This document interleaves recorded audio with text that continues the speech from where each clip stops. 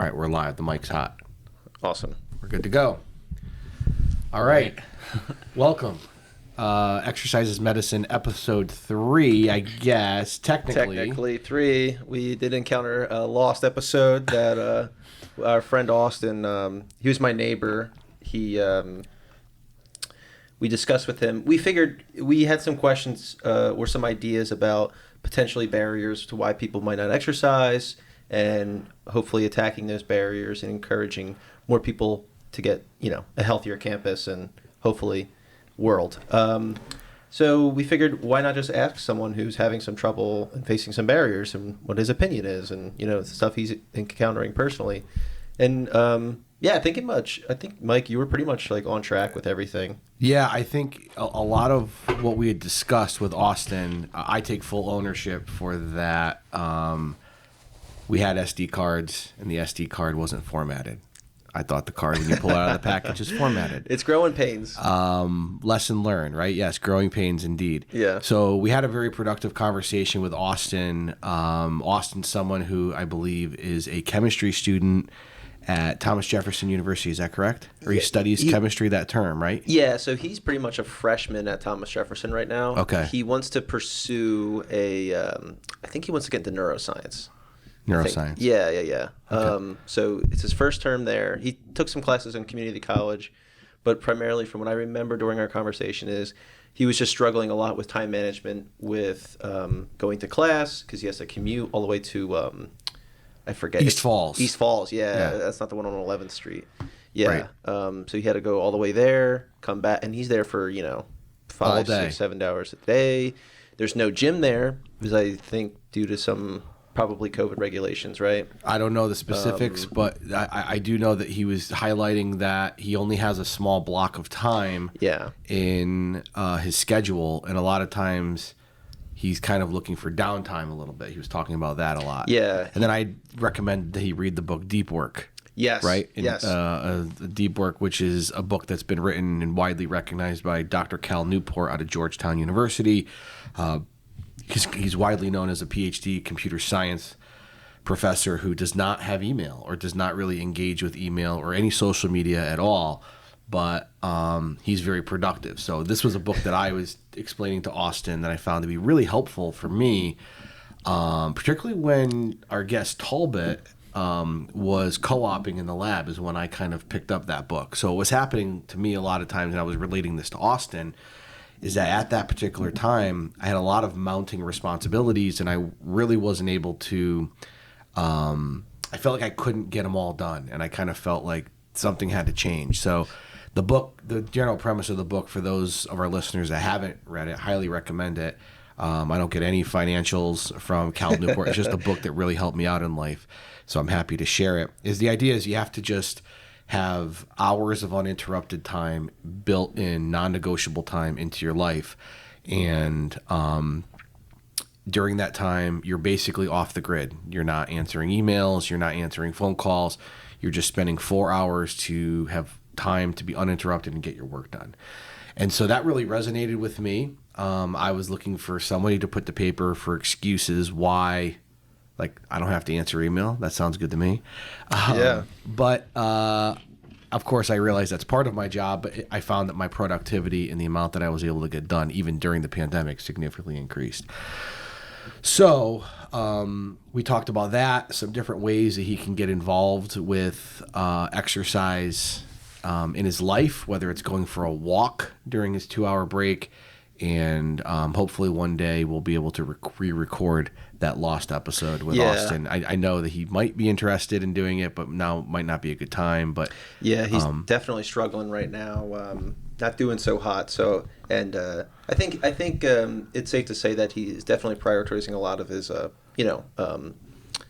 family right now. Sure. Especially something.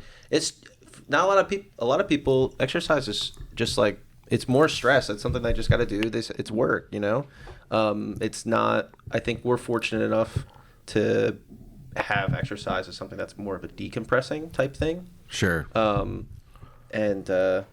But yeah, so that's something he's facing right now. I do think it's funny that the guy who was the author of Productivity doesn't do any emails or social media, I feel like I would be definitely considerably more productive not answering emails and social media for sure. That's awesome. I think now he has email, Cal Newport.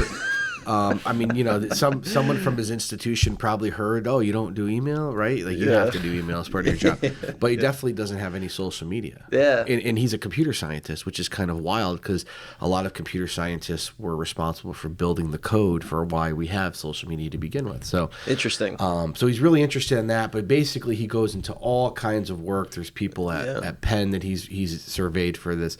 And I would recommend it. It's a good book. If folks are interested and want to read the whole book, I actually did a synopsis of the book for one of Drexel University's Tuesday topics. So if you go to YouTube, you type in my name, you type in Tuesday topics, you'll see that I did like a deep work in scheduling hacks 1 hour lecture. So if you don't have 6 hours to watch the whole book, but you want to listen to it on your way into work, not to promote my own stuff, but it definitely is something that I've tried to like extract the core message of the book and organize it in a way that people can immediately apply it to their life. So I like basically disseminated the information that I got from the book to people in the college that had similar problems that I did. Yeah, definitely plug it. I'll be plugging my wildlife photography soon. Yes, for sure. Oh yeah, from talking about it, I think I do remember a little bit that we definitely were revising what our concept of physical activity was. Right. And that's where we came to the conclusion of just like simple walking, right? Walking. What was the guidelines for?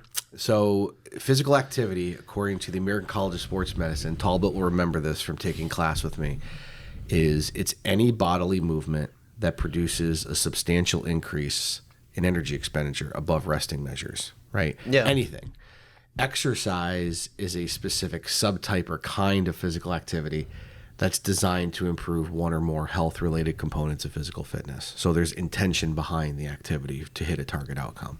Oh, okay. So the guideline that the World Health Organization is widely recommended is 150 minutes per week of moderate to vigorous physical activity.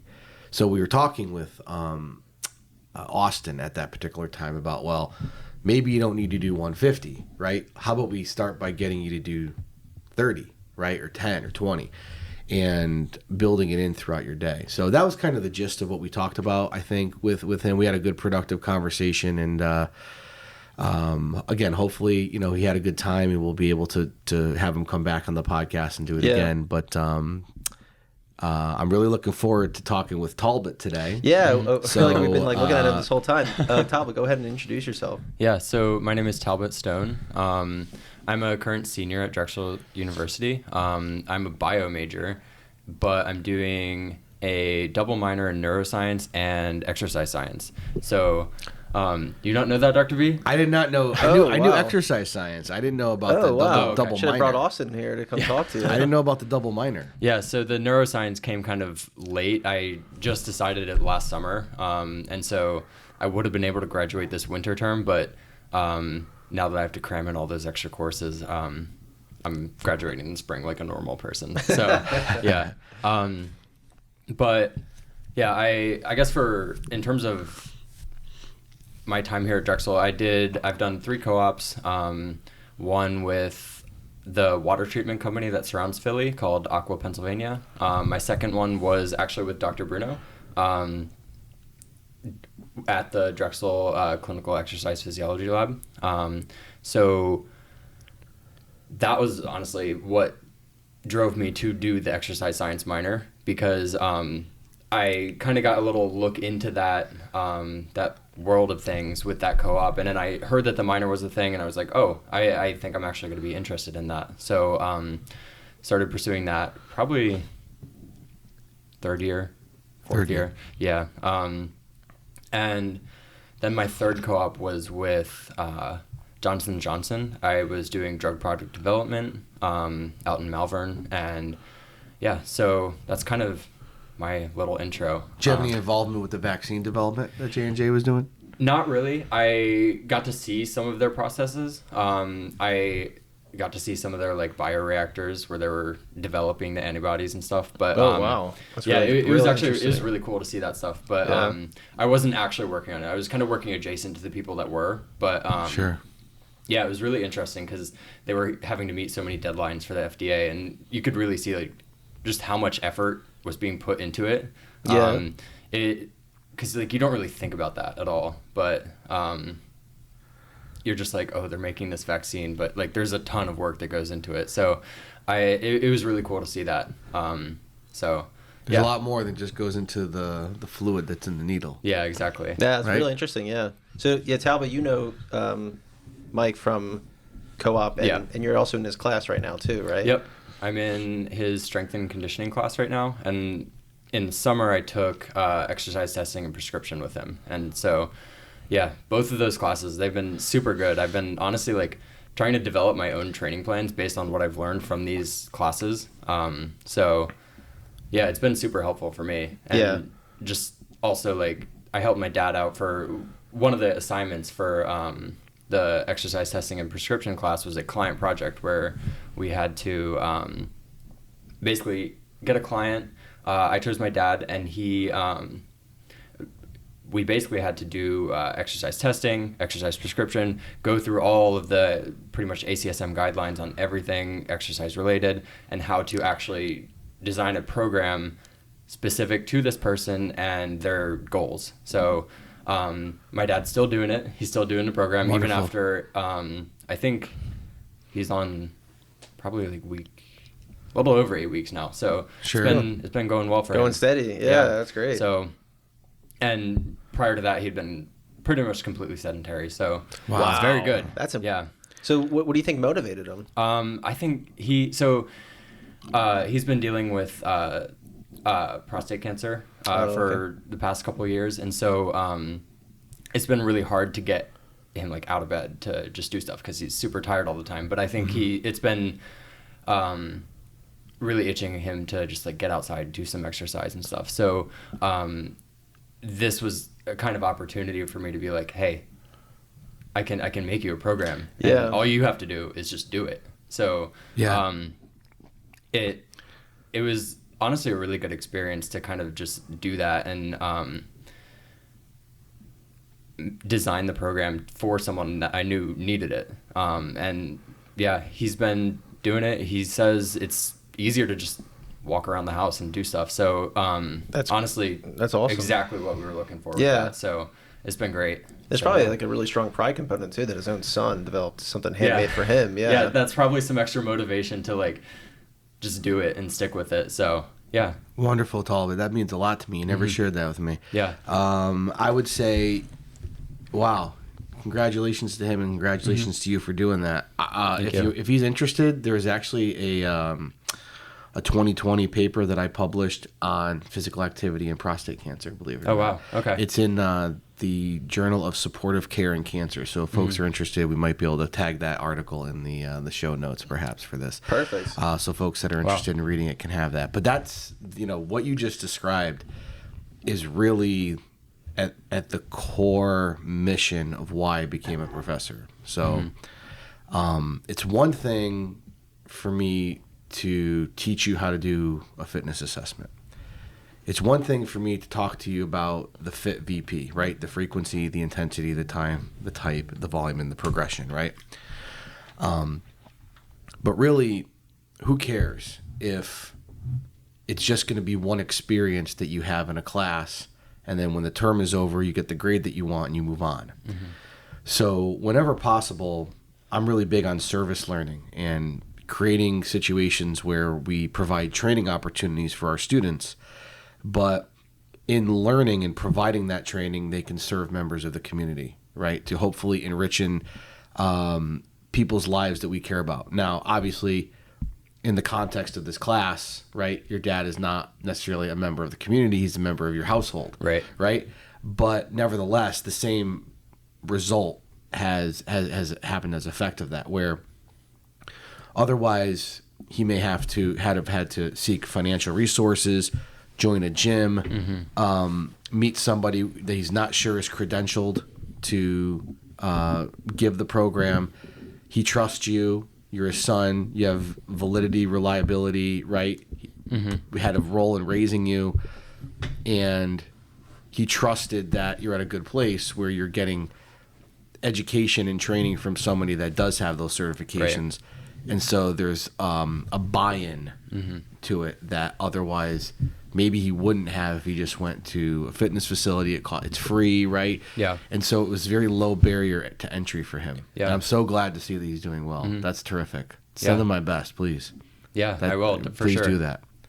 Yeah. That's awesome. And it definitely reminds me of that. Hopefully our goal with this EIM program is to marry some of the content that we're talking about and producing during this podcast, and hoping to create some kind of shorter material, over Instagram, Facebook, stuff like that, of just exercises students and faculty and hopefully everybody eventually can do in their gym, specifically in the DAC.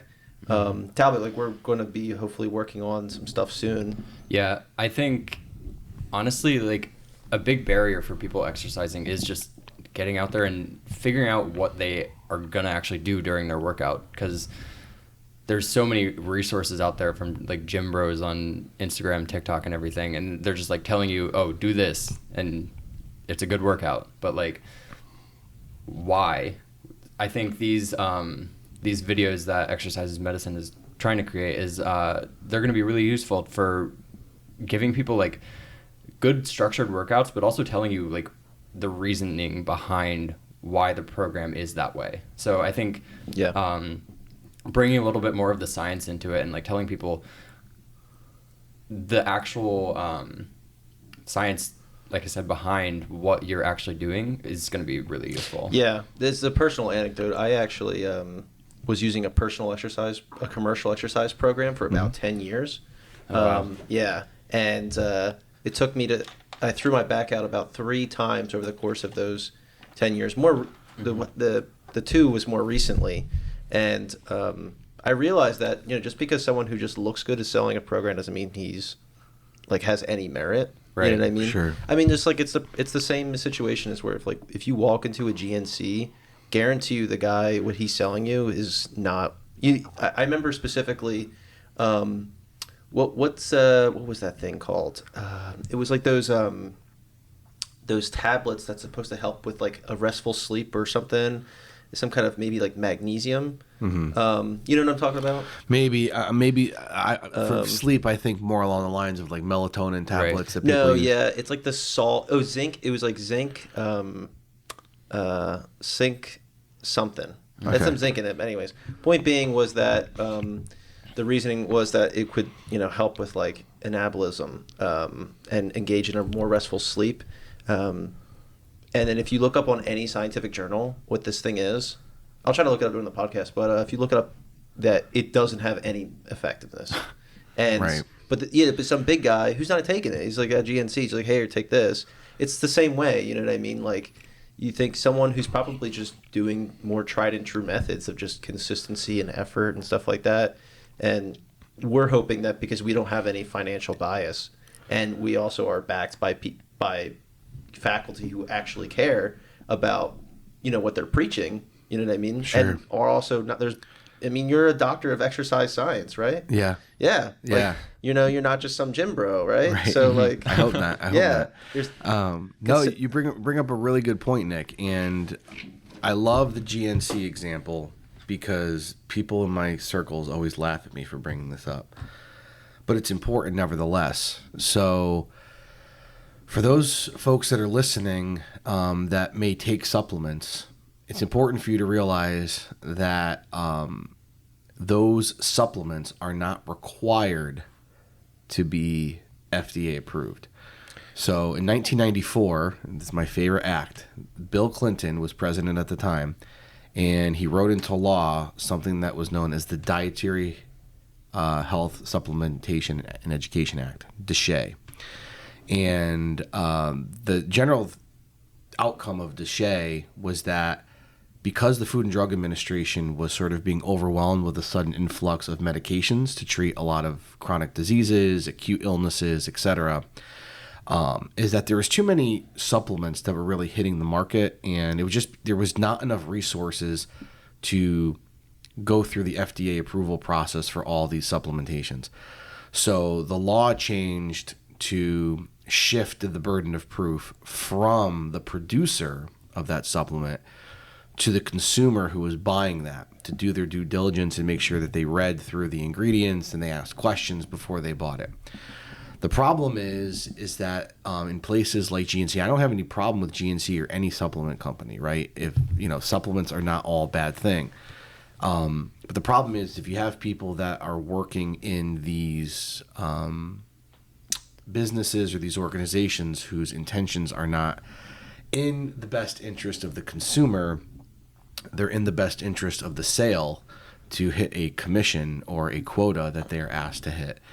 That's not necessarily having the consumer's best interest in mind, and somebody who doesn't have the knowledge, the education, the experience of what they're consuming have to sort of just look at the face validity and say, this person appears to look like they know what they're talking about. They're working for GNC. I assume they assume some level of training, so I'll believe them. And that is why we really have to advocate for registered dietitians who really know the pros and cons of which supplements go through what's called NSF testing, which is third-party independent testing that a company has to pay for out of pocket. It's not cheap. But a lot of the supplements that are brought up in these supplement companies are not FDA approved. They're pushed by people that likely do not have the credentials and who are often receiving their entire income, their paycheck, off of how many units they can sell. Yeah. So they will tell you that you need it. I'm not saying anything bad. You know why? I used to work in a place called Bally Total Fitness where it was very, very sales pressure heavy. The goal was you do not let the person leave. You continue to talk to them and you convince them that they need this gym membership. And it was very, very heavy sales pressure. So it's not that industry hasn't really changed, but you're right. I sort of took it off a different route than maybe what was originally intended, but I think it's important for people that maybe are taking supplements currently or thinking about taking supplements is to really make sure that if the company is NSF certified, that you could rest assured that it's pretty safe. If it's not NSF certified, it doesn't mean it's not safe, but it could be created in a factory where other supplements that have anabolic androgenic properties in it are there. So say you take a supplement and it's mixed in the same machinery as something that an anabolic steroid is. Well, then you accidentally get trace amounts of that anabolic steroid in your system, and if you get tested for something, you can get test positive for steroids. Or just being extremely unhealthy too. Right. Yeah. Probably one of the most profound experiences I had was during my time in the Army. I was fortunate enough to work with a performance registered dietitian, and typically I advocate if you're going to buy like any type of protein, things that will say nutrition facts are regulated by the FDA because they're considered food. Things that say supplement facts are not and are not regulated by FDA. And NSF is a really good one. Informed Choice is another one. And you typically want to stay from like proprietary blends because that's pretty much how they hide like how much ingredients are in what and stuff like that. Right. Yeah. But yeah, I was the dumb 18-year-old kid who big guy says take this, of course, go ahead.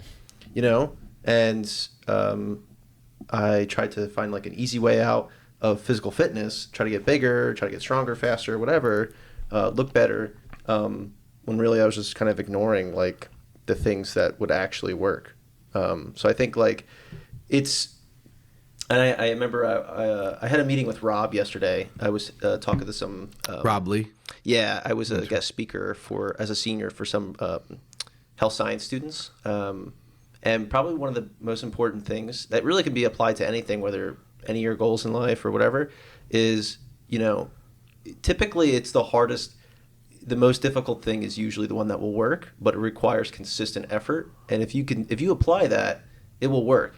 I hope that our goal with EIM here and the projects that Talbot and I will be hopefully working on soon is, the exercise itself is going to be what you're going to have to do, but we're hopefully able to kind of break down some of those, micro barriers like, I don't know how to use this machine or how to do this specific movement or blah, blah, blah, to hopefully where you only have to face that one kind of goal or that one barrier, which is consistently putting that effort in yourself. Right. Yeah. And Talbot, you brought up something that I think is really important.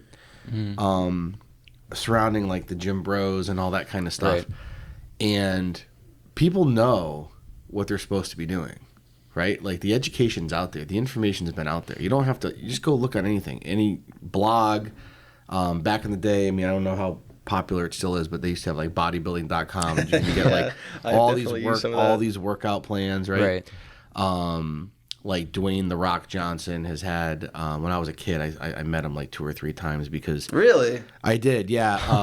So I grew up in New Haven, Connecticut, and when he was like Rocky Maivia, before he became, the Scorpion King and all and everything else, he... Jeez, that's an old one too. Yeah. The headquarters of WWE, the World Wrestling Entertainment, is in Stamford, Connecticut, which is about 45 minutes from New Haven. So he used to come to a lot of the malls, and I would go to a lot of the local shows in New Haven. And, it's very easy to meet the young up-and-coming talent that aren't the main eventers. This time it was like Bret the Hitman Hart and these types of people. And I would never meet Bret Hart, but like I could totally meet Rocky Maivia, right? Who would have known that in the grand scheme of things, The Rock would end up becoming a much bigger name than Bret Hart, right? So not that Bret Hart is not, but anyway, the reason why I bring all this up is because people have the information, but it's the sequence in walking with... I think you brought up the issue about your dad. Mm-hmm. I think it's not just the information, Dad, you should really exercise. I think it's what we provided, the order we provided it in, right? Sequentially, step by step by step. And I think it's the execution of the plan with guidance and support that ultimately leads people to that endeavor, right? Mm-hmm. So people have the information, right? We could put flyers, oh, you should really be working out, or you should go do this, and people are like, I just don't want to. You know what I mean? Like, I know I should, but I really, how do I get? So back in May, the university held what was called a Fresh Check Day. And what Fresh Check Day basically is, it was a health and wellness fair, right? On the main campus at Drexel. And members of our lab and students in the co-op, we put together an algorithm of assessing, with masks, of course, how to assess a bioelectrical impedance, so body composition. We did height and weights for people. We asked them questions about, remember, the non-exercise VO2 max test. So for folks that are listening, VO2 max is a measurement of aerobic endurance.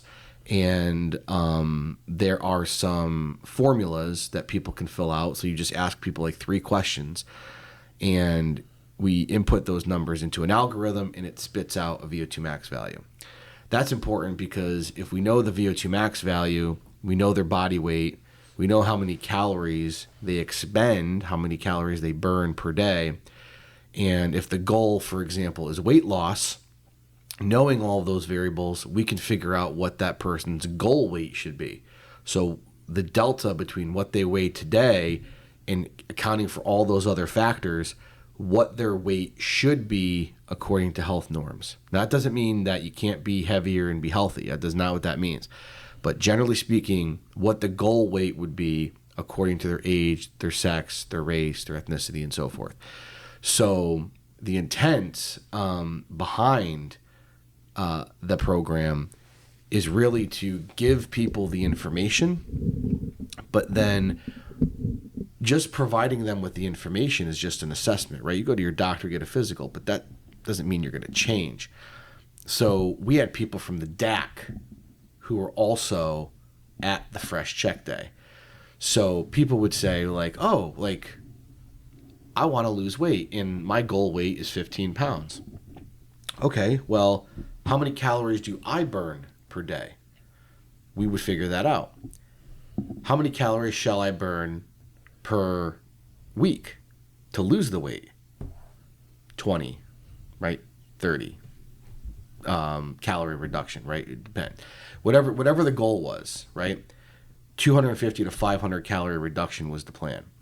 So once we had that information in place, we can then refer the students to people in the DAC who are providing one-on-one personal training, and they knew, okay, I have to cut 500 calories a day, which is going to be, say, 250 from exercise, and I'm going to do exercise for 250. And I'm going to hit my so now they had fidelity and learned, well, empowerment to think, well, I got to fix 500 calories a day.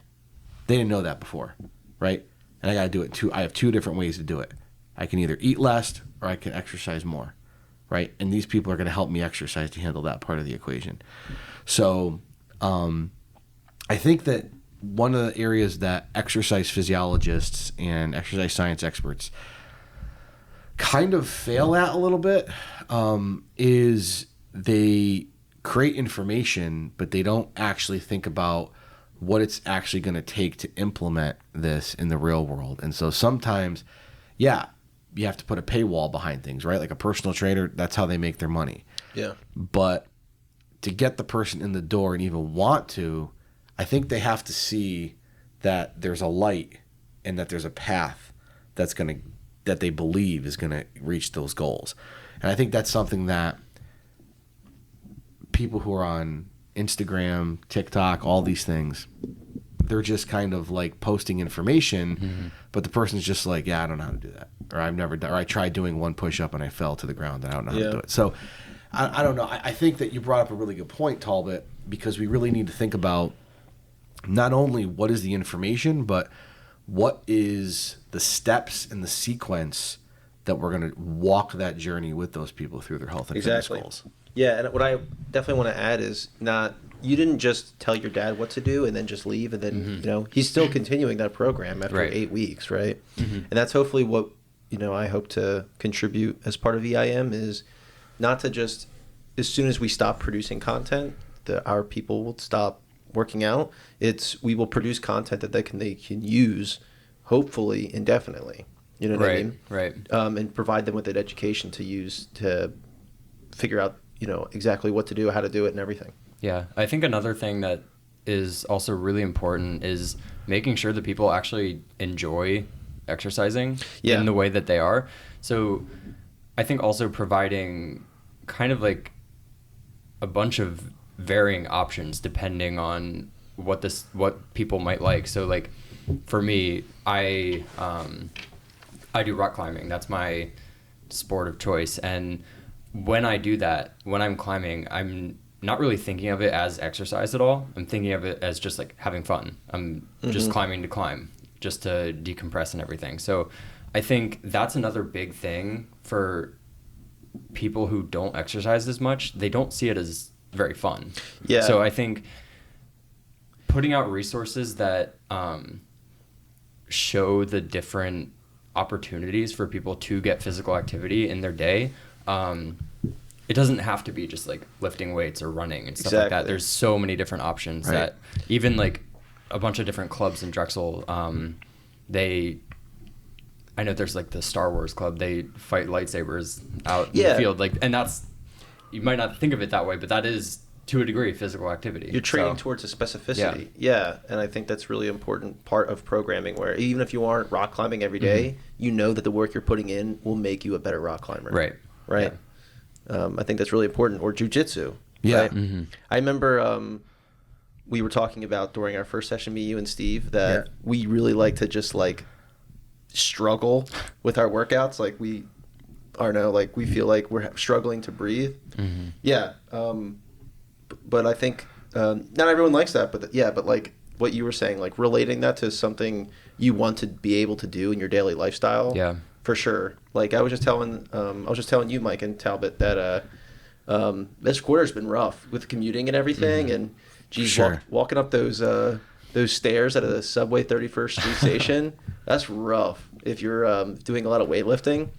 And I had to realize, am I going to be able to not only like have the time to work out, and I realized like my lifestyle right now, commuting to campus and everything that I'll be probably doing for the next like 10 years at least, is not conducive for that lifestyle nutritionally or physically. So I have to realize, it's not really that important to me. So I'll have to do a little bit more cardio, stuff like that, kind of rearranging some of my goals. And I think that's really important too, is to think that really anything you wanted to develop, you have to have some sort of malleable goal in mind, right? Where you Definitely. change. Yeah, your goals change with you. Definitely. I mean, we have 3 different people sitting at this table right now, Mm-hmm. and the central theme is that I think Talbot is highlighting that we need to embrace people's preferences for the kinds of physical activity. Right? Exactly. Right? Absolutely. And so we have 3 different people here who all engage in different kinds of physical activity. So, Nick, why don't you tell everybody a little bit about the kind of activity you do? We'll let Talbot talk, and then I'll talk. But I do. Yeah. Yeah. What kind of activity, like, so folks that are listening, as an Yeah. example, what's the kind of physical activity that you enjoy doing? Absolutely. That you get most value out of? So when I was using that commercial program that I kind of I was using for 10 years, that was pretty much my only introduction to exercise at all. And a lot of it was weight-based conditioning, which I'm sure you're probably cringing at that kind of term right now because Weight-based conditioning? yes, I don't have a trying problem to with that. deadlift while you are already gassed. It Oh, was gotcha. yeah. Hence why I probably tore one of my QL. Yeah, it was rough, but I loved it because it provided a lot of variety, and I looked good, and I was clinically healthy other than the brief musculoskeletal trauma that I experienced. And I realized what I wanted to do, but I didn't want to succumb myself to that kind of repeated trauma. So I kind of developed a little exercise program. I read this really interesting book. It was called Tactical Barbell. Mm-hmm. And what I really liked about it is that I pretty much enjoy physical fitness and I'm not really working towards a specific sport or modality or anything like that, but I enjoy being, fast, having endurance, and being strong. So I kind of put together a total body split where twice a week, well, now I'm doing twice a week. Previously, I was doing 3 times a week with strength training. Mm-hmm. It'll be, standard like anaerobic training where 2 minutes rest usually, squat, bench, pull up, or deadlift, overhead press, and curl, and then just like a standard it's using it's using periodization, so varying patterns of loading. Sure. But then I will kind of just during my cardio days, I struggle with doing something monotonous, just like a straight run. Like I remember Steve was talking about how he was an ultra runner. Ultra marathon runner. I have no idea how you could be able to do that. I used to run and it was god boring. But yeah, I do I do some HIIT training. I'll do some fun stuff like jump rope or just something dynamic, and I'll incorporate a lot of physical therapy exercises that I do. Not only for proactive, but I do experience some back pain from my time in the military. And then I'll do some stretching and foam rolling during those days too. So keep me nice and limber and just ready to take on the day usually. Gotcha. Talbot. Nice. What do you do for exercise? What do you enjoy? So like I said, most of my exercise probably comes from rock climbing. I relate to you, Nick, in that you said you just like to be physically fit. Yeah. So that's kind of been my mentality for most of my life. I was like, it might have been instilled on me because of my mom. She's always like, you have to be doing something. So that's kind of how I feel now. It's like when I was in middle school, she was like, you have to do something. You're not doing anything. So she made me do Taekwondo classes with my brother who was already doing it. And turns out I really liked it. So I did Taekwondo for 7 years. But then, oh, wow. Yeah. When I came to Drexel, I was too far away from that specific place that I was doing Taekwondo at, and so I had rock climbed a little bit when I was a kid, so I figured why not try it again at Drexel because they have a climbing wall here. Yeah. And so then I just fell in love with it again, pretty much. And yeah. For the past 3 years, I was pretty much just climbing as my only physical activity, but more recently with I guess the education from the exercise science minor, I've started to add a little bit more of strength training into my climbing routine. So right now I'm probably climbing 3 or 4 times a week. And it used to be that I was each of those sessions would be just a 3-hour climbing session, just climbing for 3 hours, which is really stressful. Yeah. Not really feasible long term. I have had injuries probably because of overtraining because of that. So now I've kind of taken a step back and realized that I can get still a good workout in. I can still climb hard, even though I'm not climbing as long, if I'm cutting that session in half and maybe like adding a quick strength workout after it. So like climb for an hour and a half, then do it like hour workout where I'm just doing like weighted pull-ups, bench press, squats, stuff like that. And then that's kind of just supplementing what I'm actually training for is the climbing. Yeah. And then some other exercises I do in conjunction with the strength training is power training, which is really important for climbing because a lot of movements are really explosive. You have to apply a lot of force over time. So one of the more fun workouts that I do is like a power workout where they have these things in the rock gym called a campus board, which is basically a board with almost like ladder rungs on it of increasing like or decreasing depth. So like they're harder and harder to hold on to. Some of them are slopey and stuff. But it's basically like ladder rungs. And the goal is to do that or climb up with your arms and no feet. And so you're basically just doing a pull-up and grabbing something. Oh, okay. Like, yeah. Almost like monkey bars, but just vertical. It's kind of hard to explain unless you're actually looking at it. But yeah. So what I've started doing on that is what's called, there's a lot of climbing jargon, but double dynos, which is basically a dyno is a dynamic movement.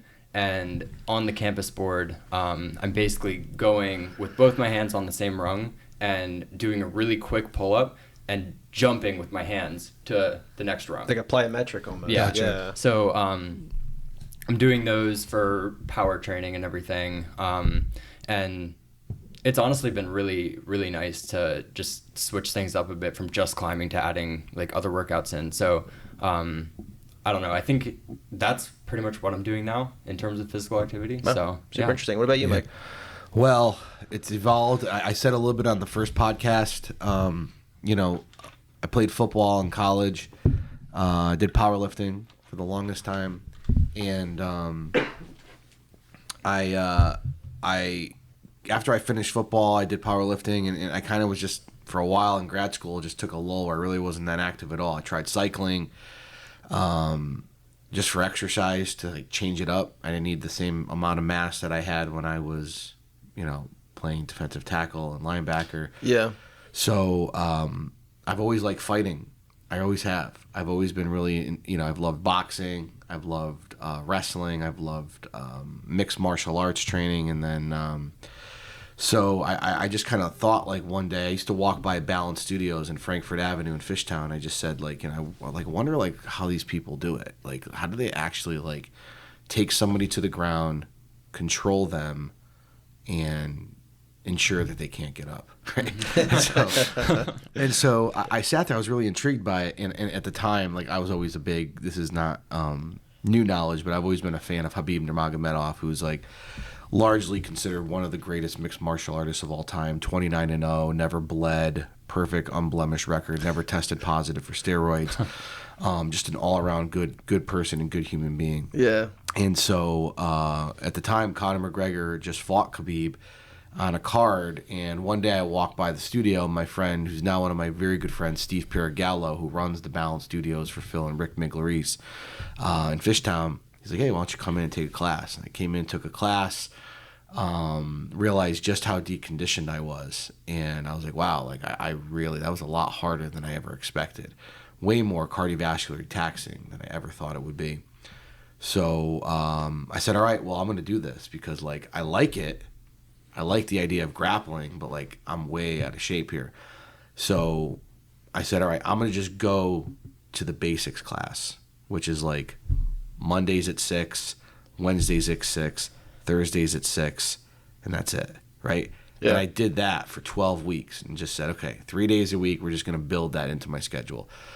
And I think what's important is it's stakes. I had to put stakes up in for this because it's not the cheapest thing. Like you're paying for instruction from like world-class people. So it's not like joining a gym where it's like Planet Fitness, $10 a month or $20 or $30 a month at the DAC. You're paying for the education of like someone who's got a black belt for 30 years. Mm-hmm. So wow. So it's not cheap. I had money in the game, right? I was committed, and I paid it all up front. I was fortunate enough to be able to do that.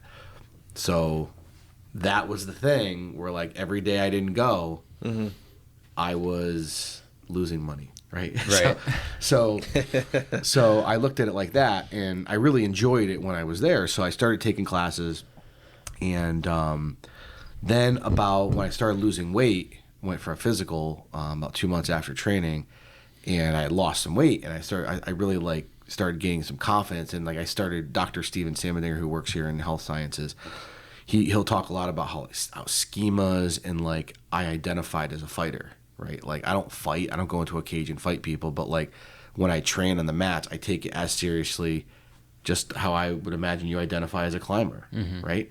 And so I identified as a Brazilian Jiu Jitsu practitioner, and eventually I competed, and I like won a tournament, and I was like, oh wow, like this is something I never want to stop. And then because Jiu Jitsu is the kind of thing where you're always learning, always developing, always growing. Right? Yeah. And no matter how stressed you are, it doesn't matter if you have work problems, family problems, don't matter. When you're on those mats and someone is actively trying to pin you to the mat and submit you, you don't have time to think about anything. You're just in the moment. It's truly meditative. And so I found it to be really helpful. So it's awesome. Evolved over the years, but the strength and conditioning type stuff that I do now is all like for camps, for either people that train at Balance that are like fighting to fight in a cage, and I'm like working with them to get them ready for a fight. Yeah. I have a competition that's coming up and I have to compete myself. So I have an assault air bike at home, so I'll ride that thing, and I don't enjoy riding it at all. But it's important to get conditioned on it. So I'll do some Tabata type stuff for that. But yeah, so I think you see here that we've got 3 very different ways in which people are becoming physically active, and they all are identifying with how and why they choose to do that activity. It's not a one-size-fits-all approach by any means necessary. It's not that. So a lot of this has to deal with what you're interested in. And I think that's a really important thing that we talked about in class today about modality. Right. When you pick a mode, you need to think about what is the person actually going to do. It's like, well, if I'm a cook and I cook somebody a meal, I better make sure that before I cook them that meal that they enjoy that kind of food, or they don't have any dietary issues that they can't eat that food. Mm-hmm. So it's the same kind of thing with exercise. Is we as exercise scientists really need to think about, well, what is this person like? What are their values? What are their beliefs? What do they enjoy doing? What kind of things do they identify with in pop culture? Maybe they're not at all into pop culture, but what are the things that, like, if they had a completely free day, 24 hours, what would they do to spend the time to fill that time? And among those things, what are the things that we can have them do to give them more physical activity? Do they like history? You could walk around Old City for hours looking at some of the monuments, right?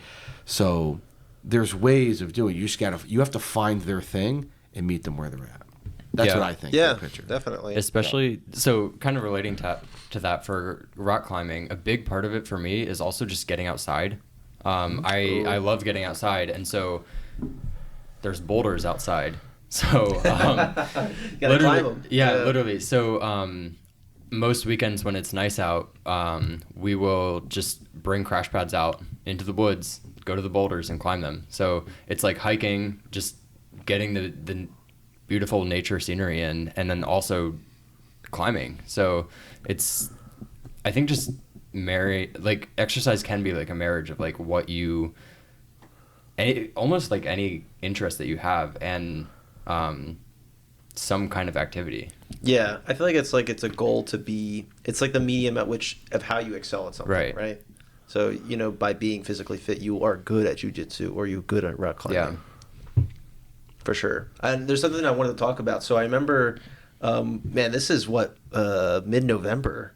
Our last one was in, like the end of September, early October. Probably early October. Before that was like August something, right? Right before the start of the term. Yeah. So I definitely want to talk about, we were struggling really to get this appointment because we were pressed for time. And I wanted to talk to both about what kind of strategies you guys used in order to stay physically fit. Because for me, I don't know about you guys, but this commuting, I was not ready for again. Yeah. It was rough. I was used to rolling out of bed and, clicking in, log in to my classes. And now I have to, pack my lunch, commute, and it was really hard to get that workout in.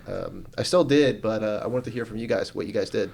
Yeah, honestly, the transition back into classes made it easier to exercise for me. But for during the pandemic, especially in the beginning when the gyms closed and everything, I was fortunate enough that my mom built her own crazy home gym in our garage. Wow. So. Well, not super crazy. She just does kickboxing. So she has a bag that she kicks and punches there. And so I was like, Mom, we have to get a pull-up bar. And so we got that and got some free weights and stuff. And I basically, when the pandemic hit, I was basically just doing my own little workouts on that. But I wasn't really structured in anything. I didn't really know what I was doing. There was a lot of YouTube workouts that I was doing and stuff like that.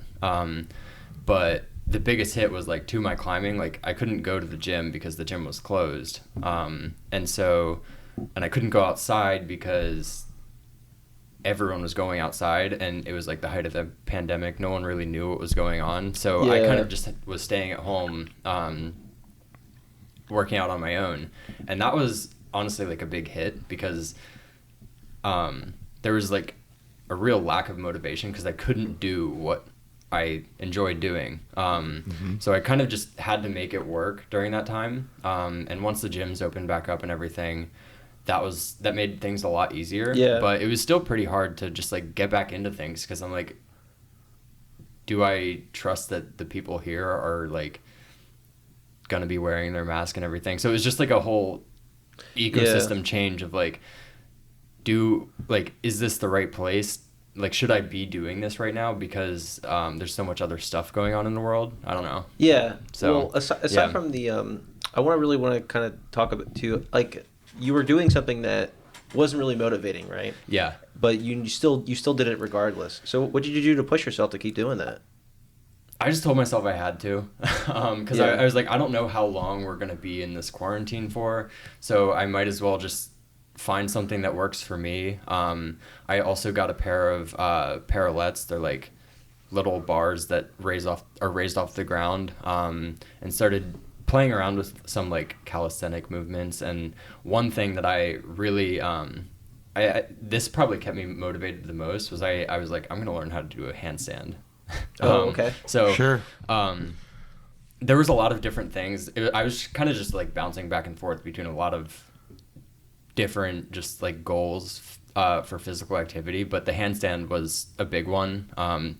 Still can't really do it, but handstands, they're so hard. They're so hard. But, oh my god. It did keep me motivated that I was I'm gonna do this workout a couple times a week that's just building towards this handstand. So that honestly kept me motivated because I was this would be so cool if I was able to do it. So that was honestly my motivation. Yeah. So yeah. Can you do it now? Not really. No. Not really. It's hard. It's very hard. We've done it in Phil Miglaris, my major coach of Balance Studios. He's the owner. He does that sometimes. Tonight he's teaching a class, and he will work on forehead to the mat, head, and then slowly just being against the wall and just for a couple seconds holding the position. Yeah. And so it's it's really an iterative process. It's super tough. What about you, Mike? What did you what kind of challenges did you face during the pandemic, and then now since we're transitioned to commuting, and then what did you do to kind of be steadfast? So the pandemic, Balance, the studio had to shut down for 5 months, right? There was no vaccine. We had, everybody wasn't sure what was going on. So I cleared some space in my apartment, and quite literally, I was getting ready to buy some Jiu Jitsu mats to roll down in my apartment so I could do drills or something.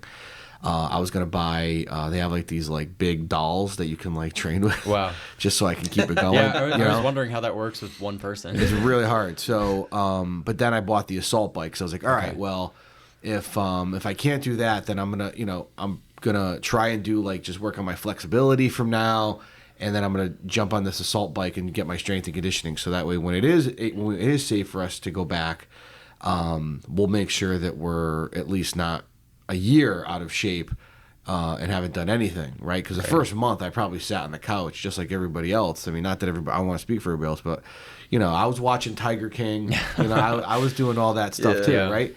I was watching Ozarks a little bit, right? I was working hard. I was publishing papers. Don't get me wrong. I was still productive, but it was easy to watch those types of shows when you didn't have any commute.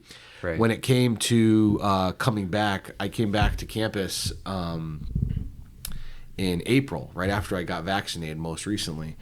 And, I just started I've always been really interested in efficiency and how can I double down on my time. So what I would do at the time, now I have a refrigerator in my office, I have a microwave in my office, and the whole purpose is so that way I don't have to think about any decisions for eating, right? I bring these little Cliff Bars, I have these little drinks in my office, so I'm always going to be... Yeah, those were really good.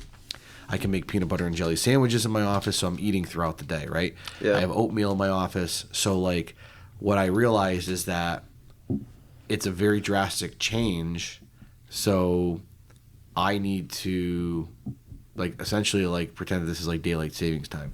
I need to shift my clock to a couple hours ahead, right? So it's not hard to go to Jiu Jitsu. That's not hard. Now it's not hard to do that because when 6 o'clock comes, class starts at 7 with or without me. So I will pretty much have a hard stop, and 6:30 no more, the meetings must stop at 6:30, right. And then I'll always take the 20 to 30 minutes to go there and get ready and start training at 7. So I don't have a problem getting up early and starting my day early to work because I know that no matter how stressful or how much work I have to do, I'm always gonna have that time. And so to me, it's as important as my work. I think that's an important thing for listeners to understand, is that if you don't prioritize it and view it as important, it will prioritize you at some point, right? If you don't take care of your health and well-being, you're going to gain weight, your cholesterol might get out of whack, your blood pressure might go up. And so if you don't prioritize your health is going to prioritize you, which means it's going to make a decision that you're going to have to do it out of fun, fear, or vanity. So it wasn't hard. I pretty much systematized my life. I've always been good at that, and figured out, all right, well, I'm just going to bring everything here. So that way when I wake up, I don't need to worry about making breakfast. I'm just going to come right in and work. And everything I have is here. There's a gym in the basement. Oh, there is. So I have everything I need right in this building when I come to work. Mm-hmm. So I'm fortunate to have that. Yeah. If I didn't, I would probably go, there's a Balance not too far from here on Chestnut Street. I can go to City Fitness nearby. So I would come up with some other solution. Yeah.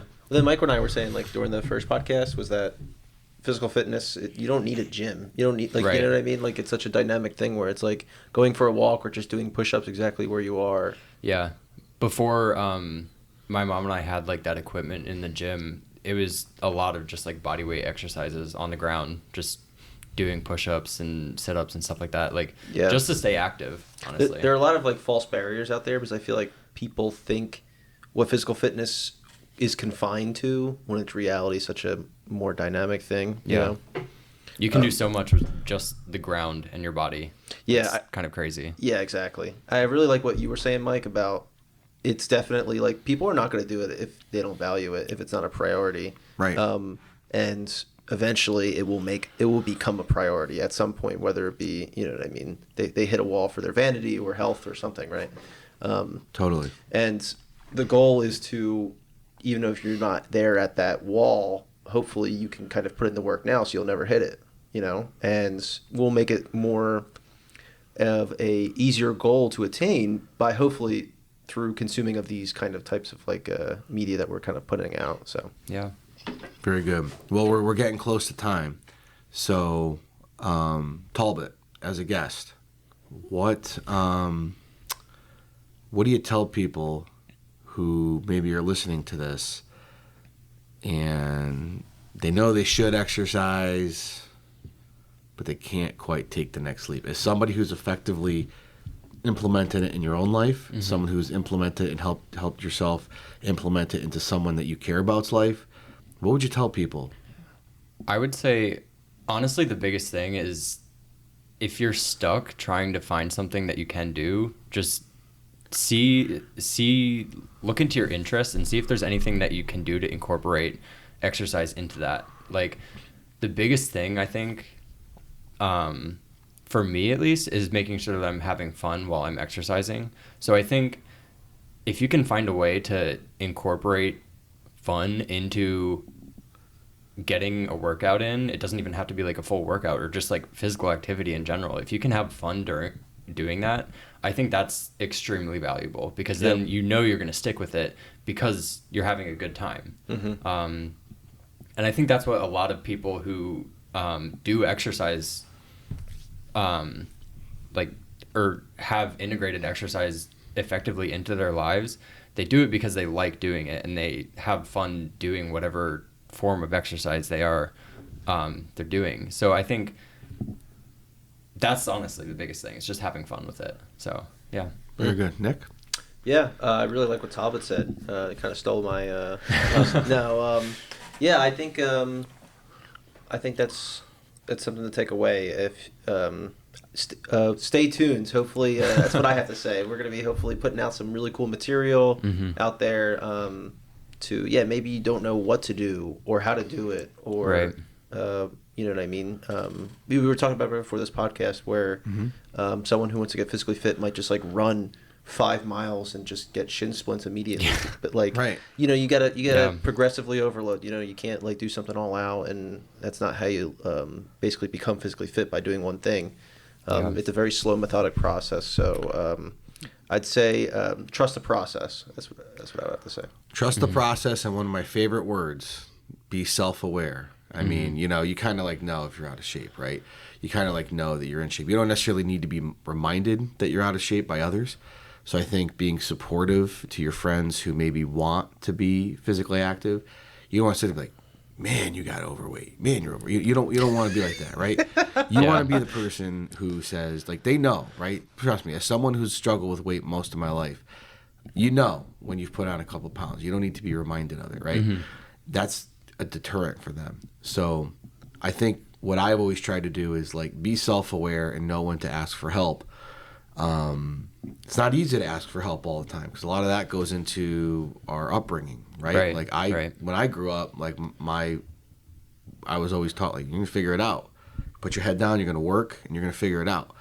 But like, you know, sometimes like if you don't know the route, you kind of go around and around the sort of the wheel here, and you don't ever get anywhere. So being self-aware and recognizing your limits of what you do know, being present and asking for help from people that know better or that were successful, and I would say being forgiving to yourself. You know, it's not going to always be, it's not going to be perfect. Like you're never going to like eat clean 7 days a week. You're never going to exercise perfectly and have good workouts 7 days a week. What you hope is that most days you can eat well. Most days you can have that kind of experiences. Most days you can sleep well. But on the days that you don't, just say, today wasn't my day and tomorrow's a new day, right? So I think self-awareness is really important. I love the idea of picking something that we enjoy doing. But the real mission of this podcast, as we've said, is we want to bridge the gap at Drexel University and beyond. We really want to try and bridge the gap between giving you information that exists and walking you through that process and how to use and integrate and apply those tools to your life so that you can become more physically active and use exercise as medicine. Amen. Yeah. Sound good? Yeah. Yeah. What do you think? We're going to get people active, Talbot? Hopefully. Nick? Hell yeah. All right. First video, hopefully we're going to try to do kind of like a kind of parody-ish of MTV Cribs. We'll be doing it, hey, welcome to my crib. This is the deck. So There you go. yeah. Yeah. Well, we're an hour and 4 minutes now, so we're close. So I want to be respectful of everybody's time as well as the time to our listeners. I know the listeners probably love to hear us, but hopefully I haven't turned it off yet. Yeah. But hopefully we're giving you some good value here. Please stay tuned for future podcasts that we'll have and look for some of that video content that Nick and Talbot will be working on and sending out for members of the community. Thanks, folks. Appreciate it. All right. See you. Bye-bye.